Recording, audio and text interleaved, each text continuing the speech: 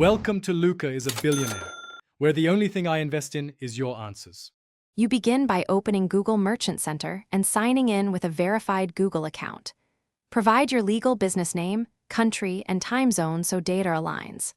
Once done, add business details, website domain, logo, contact email, and a clear returns policy, because Google screens trust signals. Make sure tax and shipping basics are ready. Those fields block publishing later. Don't pause. Start site verification immediately so your domain and merchant center are linked before you upload products. You now build the product feed using Google Sheets or the Content API depending on scale.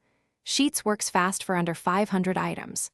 Fill required attributes: ID, title, description, link, image link, price, availability, so Google can index and display correctly.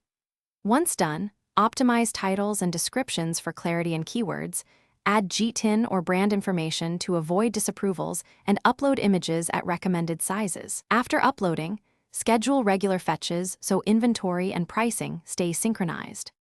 You finish by verifying and claiming your website and merchant center, then configure shipping and tax rules so checkout matches listings. Once done, link Google Ads if you plan campaigns, and enable surfaces across Google to appear in free placements. Make sure you submit products for review, monitoring diagnostic surfaces disapprovals quickly. If items are rejected, check policy details, missing GTIN or image quality, correct the feed and reprocess. One key troubleshooting tip: rerun feed validation and inspect the exact error message before resubmitting. Thanks for watching and please subscribe. It's the best investment you'll ever make.